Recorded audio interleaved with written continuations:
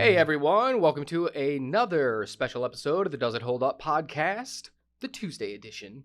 I'm Adam. And I'm Emily. And last Friday we discussed Mighty Morphin Power Rangers. The movie. And we decided if it held up or not, because it was superhero month, and they're fun superheroes and a great nostalgia movie.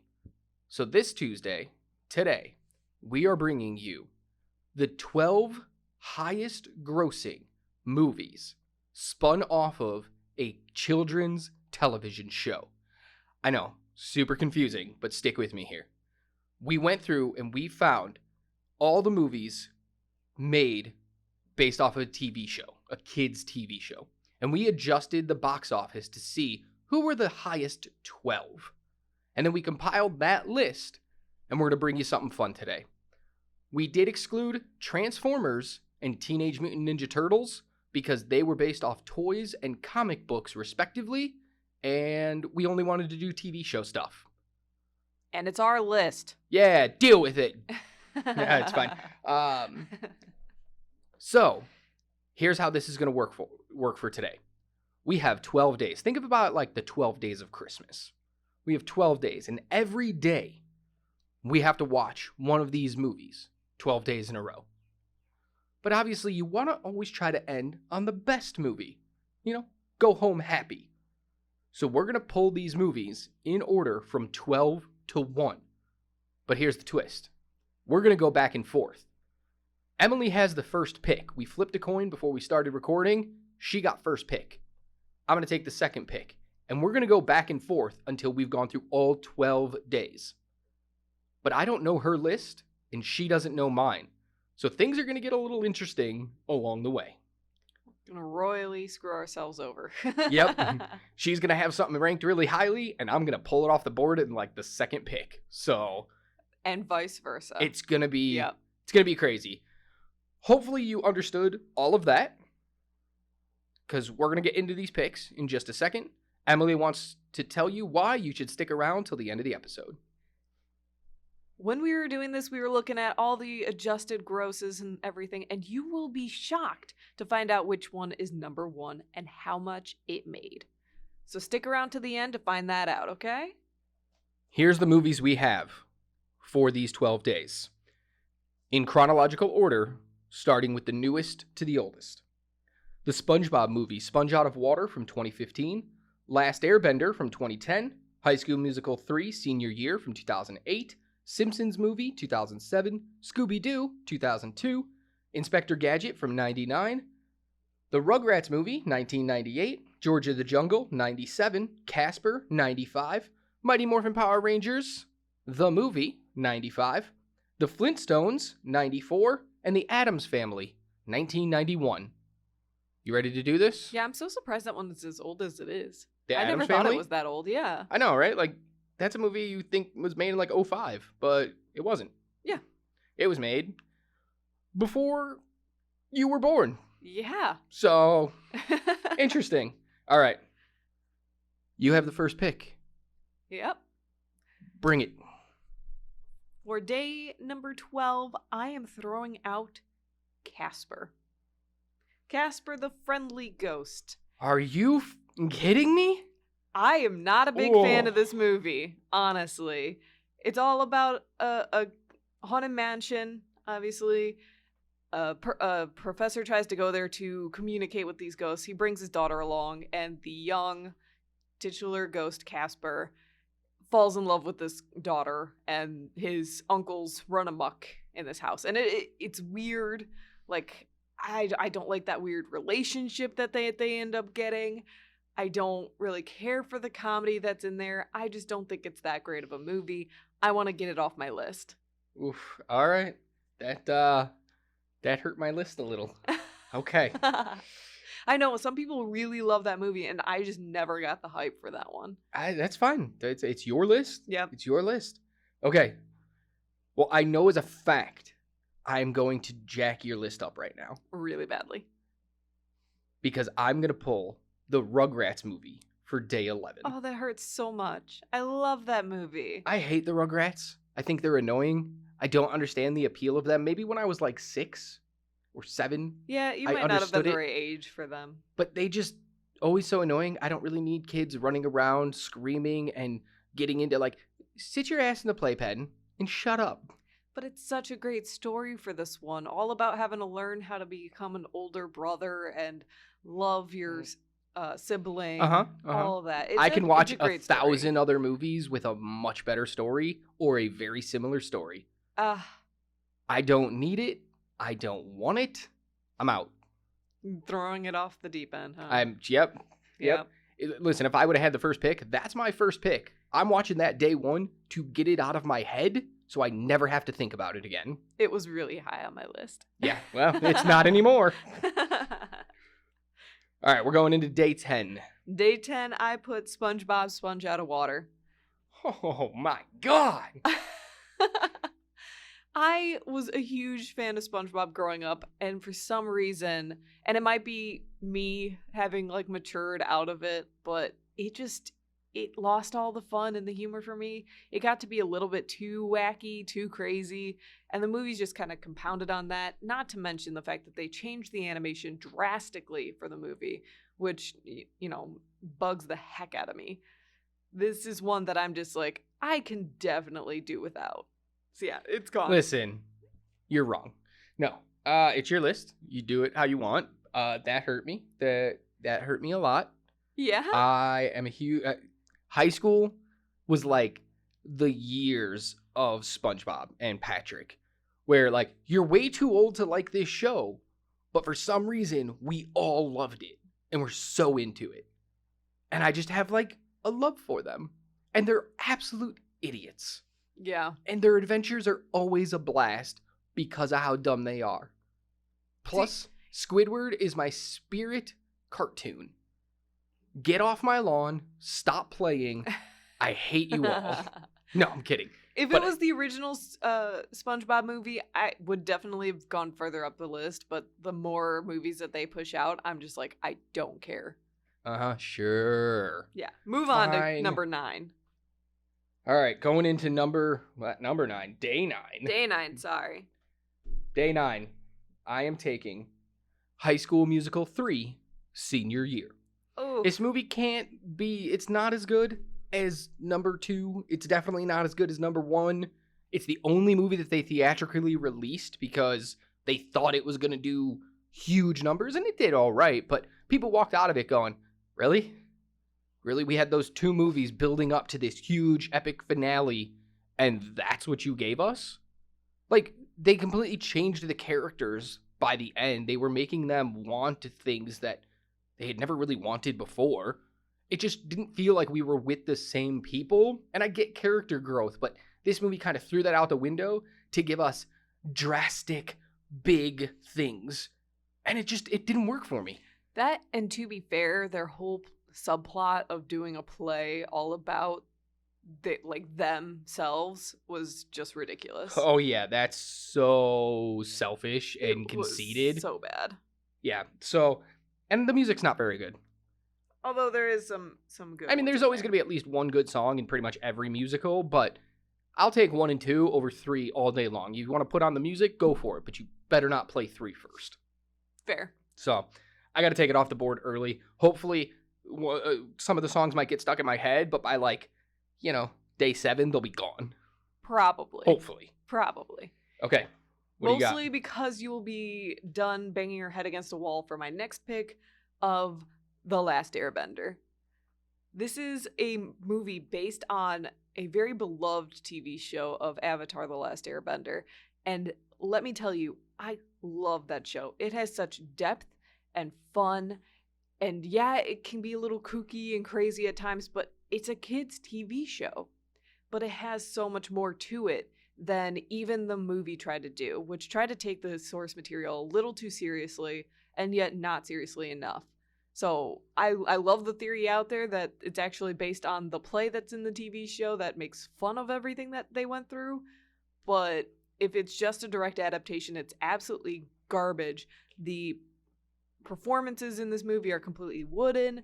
The visuals are terrible. I mean, they literally have 5 earthbenders to move 1 rock very slowly. Like, it is terrible.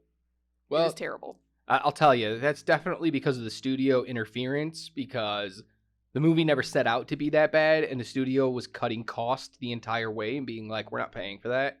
No. And Shyamalan got screwed and backed into a corner and kind of like had to work some stuff out for himself. And that really jacked that movie up. Which is really sad because it really tainted his name. It did for a long time. I mean, it still is like, I don't want to see a Shyamalan movie because of what he did to The Last Airbender. Although he did have some really good cast in this. Like, what's his name? Dev Patel as Zuko. Like, that's a great pick. He did pretty well That's as a that great character, pick. but like the main three were just so poorly cast. And then Sean Taub as Uncle Iroh. Like, he would True. go on to be... Oh, no, he wouldn't go on to be... What year did Last Airbender was 2 years after this. He was also Yinsen in Iron Man. And we all Aw. loved him in that. So, like, We seeing did. him as Iroh was just fantastic. And then I got to throw out this last one because he's always great. Asaf Mandvi was Commander Zhao. Dude is incredible actor.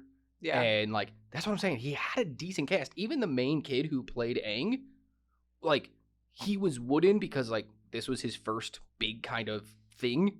But he could do the martial arts and stuff. If he would have had a better production, he could have been a huge star. And this could have been a franchise. They have the makings of something great. They just didn't put it all together. yeah. So I'm good with you on that one. Yeah. Okay, We're going on to day 7. here we go. Day 7. I'm taking my beloved Mighty Morphin Power Rangers, the movie. I love this movie. That was literally going to be my next one, too. It's so, yeah, it's so good. I have so much fun watching it, but also it's really poorly made. And it's such nostalgia glasses. Like, I put those on and I giggle like a school kid watching this again. And thinking back to all the times I pretended to be a Power Ranger, or the Halloweens I was a Power Ranger. And that's the fun part of this movie. And the one-liners, and like, some of this movie works really well. And then some of it is like, why'd you change the cast? Mhm. Why do I not understand who these Power Rangers are? Because you're expected to have watched the show before seeing this movie. Like, it's not something you can just come into. Yeah. So it's got a lot working against it. But, I mean, they had the White Ranger and the Pink Ranger, and they were an item, and just show me that. Plus, Ivan Ooze is like one of the best villains of all time. So, I mean, I'm gonna watch it. It's kind of in my mid-range, lower end of my mid-range, but it's not good enough to go higher. That is absolutely fair to me. That's exactly how I put it on my list as well, because of all the reasons you said. I didn't watch the TV show when I grew up, and I was completely lost watching that movie. All right, day 6, midpoint. Day 6, I'm throwing in the Flintstones. Okay. You know, I had actually lower on my list than Really? 6, so I'm good with where it is. Yeah, it's a really nice adaptation of the source material. It basically had the cartoon in real life. They did everything right in it. I just did not care for the story. The story is all about, what's the main character's name? Fred. Fred. It's all about Fred getting this job, and then he's the patsy for an embezzling higher up that basically uses him as like, hey, sign these things because I know you're dumb and you'll sign them. But yeah. But it did introduce the world to Halle Berry. It's true. She is very good looking in this movie. Like, Yes. insanely so. And then So, she spun that into an entire career yeah. because she's not that good of an actress. No, but she worked well for this role. Everyone did really well in this role. That's why it's in higher up than I would have put it based on the story, but it's right in the middle for me. Yeah, and if you can get past all like the embezzlement stuff, it's just a fun movie ripped from the television show. Like, they in fact ripped the audio from like them driving the cars and like Fred's tiptoeing to bowl. Like, Yeah. it is Nostalgia. drawn completely from it. Nostalgia. They gotta give it to you. Okay. Moving on to, what are we in? Day 5. 5. Oh, geez, we're getting there. Day 5. I'm taking 1999's Inspector Gadget. That's exactly where I had that one too. Listen, I don't like this movie that much, but I enjoy this movie because Matthew Broderick crushes it as Inspector Gadget. He's so much fun. And seeing that kind of like craziness come to life on the big screen is also really enjoyable. And Claw is menacing. He's just menacing. And is it the best story in the world? No. But does it feel like it's a continuation of the cartoon of what you've already seen? Absolutely. They did a really good job bringing it to life. I just feel like it was maybe a little too late or a little too early, maybe. Mm-hmm. Like, instead of making it then, if they made that in like 2009 after Inspector Gadget was like passe, but more in people's memory, it might have done better. But then I think about they made a sequel in like 2004 that just bombed, but they didn't have Matthew Broderick in it. So, of course, it's going to be terrible. Yeah. So, yeah, there's like good working for it, but a lot bad working because the CGI doesn't look great. The acting from some of the other characters is really wooden. And, yeah, like half the movie I love, half the movie I hate. So, here it goes. Yeah. Off the board. All right. I completely agree with your placement of it. It's a lot of fun, but it's not that great of a movie. Exactly. Okay, day 4. Here we go. Day 4, I am introducing the Addams Family. This is a lot of fun of a watch because of just how ridiculous it is with this family who constantly says the opposite of what they mean. In fact, they love really horrific days. Like, they're always gonna kill each other, but it's for fun instead of like hatred. It's a lot of fun to watch because of that aspect, but unfortunately the story is not so there. This one is all about how they lost the Uncle Fester. Uncle Fester, and a woman who wants to steal their money happens to have a kid who looks like Uncle Fester, so she convinces him to pretend to be Uncle Fester to get in with the family to steal all their money. It's convoluted. It takes a while to get into it, but once you're into it, it's a lot of fun to watch. So it's going in my number 4 slot. That's not a bad placement. I have it higher. I have it actually 2 spots higher. Yeah. But it's not a bad placement. I understand why you put it there. I agree with a lot of your points. I think this is just a romping good time of just, they're so wacky, so zany, they're creepy, they're crawly, all that good stuff. And I just, whatever, put it on. It's Halloween. Put it on. I'll love it. Yeah, it was a lot of fun to watch. It's not the best movie on there. No. Okay. Getting into our top 3. Top 3. I know this is going to devastate your top 3. Mm-hmm. The Simpsons movie. That's actually where I put it. Oh. I know. Interesting. I thought you were going to have it at number 1. No, I did not. Okay. I'm putting the Simpsons movie here because it's good. I love the Simpsons. I've been a fan of the Simpsons since like day 1. Mm-hmm. I was 3 when they aired on the Tracy Ullman show. So I didn't watch it then. But early 90s, when I first watched it, I just fell in love with it. I still watch it to this day. I mean, yeah, it's lost quality, but I still giggle at some jokes. Some episodes are absolute bangers, and some are just like, wow, skip. But it's good. The movie, on the other hand, feels like a long, drawn-out episode of filler. These were ideas that they had that they couldn't work into the show somehow, so they just kind of compiled them all together and said, here's a movie. Felt like a complete cash grab. But because it's The Simpsons, I know I'm going to find enjoyment in it somewhere. I had it there for the exact same reasons. Like, the story isn't really there, but I've loved The Simpsons since I was a kid. Like, that was a staple in our household. We watched it 2 times a day, for dinner. That was what we watched. 6 p.m. Yep, 6 p.m. eating dinner, watching an episode of The Simpsons. See, we did the 6 p.m. and the 7 p.m. one because they always put 2 on. Ooh. Yeah. I don't remember what the show was in the meantime. We ended up watching it. Doesn't even matter. Yep. We knew the Simpsons were coming back on, so that was all that mattered. So it gets high on my list because of that nostalgia. Oh, the nostalginess of it. I know that's not the word. But how much I love the source material is what makes it go as high as it is, but it's not a great movie. Facts. I like how you just talked about my pick more than I talked about my pick. I had to because you were like, this is going to be your number one, and it wasn't. That's fair. So yeah, just overall, like, I enjoy it, but there's better. There's 2 more movies that I would have had that I'll have a lot more fun probably watching. Yeah. So, your pick, number 2. All right. Number 2. Day 2. Here we go. Day 2. I'm struggling because the last 2 on our list. No struggles. No struggle buses. All right. Pick how what you I got. have it written is for number 2, I'm watching Scooby-Doo. Oh, I come forced on. your hand. I forced your hand, yeah. You did. This was my number 1. I know. All right, why is it 2?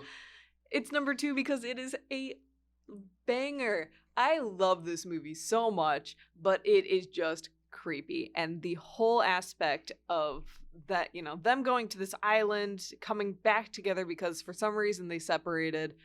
The Scooby gang comes back together, are kind of fighting, but decide to work together to understand what's going on this island. And it turns out to be Scrappy-Doo. That is the part that gets at the number 2 slot compared to the number 1 slot because that whole Scrappy-Doo subplot is terrible. Well, it's not even a subplot. It's the plot. True. That's the plot of the movie. He is the villain. Yeah. Listen. This movie's fantastic. Every single actor in this movie nails their role. Literally. Sarah Michelle Gellar is great. Freddie Prinze Jr., amazing. Linda Cardellini, yes, please. Please. Put that, just give me all of it. Mm-hmm. And then Matthew Lillard as Shaggy, they changed the cartoon based on what he did as this character. It's so brilliant. Yep. And that's amazing. But you're right. Scrappy doesn't work. Nobody likes Scrappy. Nobody liked Scrappy when he was on the TV show. Nobody likes him. Get rid of him. And it's a much better movie if you have a new villain, somebody else. But I had it at number 1 because if it's on TV, I'm watching it pretty much every time. If I'm flipping through the channels and I see something from Scooby-Doo, that movie, I'm leaving it on. Doesn't matter what scene it's at, just don't change it. I'm good. See, it doesn't matter until the ending when it's all about Scrappy-Doo. Well, yeah, but the fact is, if I flip it on and it's at the ending, then I don't care because it's at the end. It's over. But I will watch it no matter what scene it's at. Because especially when they're switching souls and they're all talking in each other's voices and it's all super weird and I love it so this movie's so good. So good. It doesn't deserve the vitriol and the low ratings that it gets. Stop it, people. Yeah, I don't understand how it's so low rated. It is such a fun movie. Because these young critics come in and they're like, well, the CGI's not very good. It doesn't look like Thanos. And I'm like, it's from 2002. Chill a little bit. Hold on, let me redo it in my home studio. Like, come on. But yeah, I love this movie. I always have fun with it. There's not a single, until the very end, when it's revealed to be Scrappy-Doo, there's no single down moment for me. They even have, oh my God, the name of that freaking band who was big at the time come in and like play a song. And you're just like, yeah, roll with it. I love it. And it was still a fun time when they sang. Yeah. And Isla Fisher makes her debut in this Crazy too. Creatures too. Yeah, it's so good. All right. I'm so sad, but that's okay. You at least had it higher ranked than I thought you were going to have it. So. Oh no, I love that movie. Okay, here we go. Well, everybody already knows what day 1 is then. Day 1, we're sitting down, we're watching a movie, we're putting on 1997's Brendan Fraser starring, Leslie Mann co-starring, with some appearances by Thomas Hayden Church, George of the Jungle. Yeah. This is a fun movie. I actually had it at number 3 on my list. Because I love this movie. It's a good time. Brendan Fraser is sexy. Yes, please, to him as well. Uh-huh. As especially George. How he's dressed as George. Yeah, it's wonderful. Yes. And he's so like, the problem I have is it's a little Encino Man. Like he played that like ape-like character, dumb, can't understand things twice in the 90s, and it's kind of ripping off of each one. But he's so good at it. And he's like, 2 years away from becoming O'Connell in the Mummy movies, Yeah. where he's gonna break out and be a huge Be star. the major heartthrob. Yeah. That he was going And to like be. this is the start of where you can see how good he's going to be and how beloved he's going to be, because this movie shouldn't work at all. No, not at all. Like it's a dumbed down version of Tarzan. You know, everybody always makes that like joke of, oh, it's the Wish version of an Amazon product. Yeah. This is the Wish version of Tarzan. But because of his and Leslie Mann's connection in this movie, it works. And it's fun. And I love the way he speaks to the animals. And I love that he goes into the city. Like, just give it to me. Not only that, but the humor in this movie is just on point. Everything hits. And it's not that, like, not always that super, like, slapsticky comedy. Yeah. It's a lot of, I like... mean, he definitely runs into trees. Oh, I know. That's why I said it's not always. Yeah. It's a lot of that situational comedy. A lot of that, like, just has to be timed perfectly. Otherwise, the dialogue just doesn't land. Comedy, and it lands. I mean, you have Leslie Mann, who is just a brilliant comedic actress. Mm-hmm. And Brendan Fraser gets to play off of her so much. Ah, dude, it's... Yeah. And it's a fun story. Like, you're invested in these characters as the movie plays out. That and the villain is so fun. Yeah, that's fair. He is so fun. So, yeah, there's like... This movie doesn't really put a foot wrong. I think this is a movie that's forgotten about by a lot of people. But it's way better than you remember it being. And you should definitely go check it out. Because we're never going to do an episode on this, most likely. But in my opinion, it does hold up. And you can go watch it and enjoy it still today. Show your kids. They'll enjoy it. Yep. Show your teenagers. They'll be like, wow, who's that guy in the loincloth? Like, just show everybody. It's great. I love it. It's visually appealing. Even some of the CGI is wonky, but who cares? It was like 1997. The animatronics can be a little weird too, so. I don't even care. I love it. I love the classical, real world stuff. So, yeah. It's great. And it's a wonderful kids movie too, so don't expect like the highest It's not of raunchy. brow. It's not raunchy. It's not like clever comedy.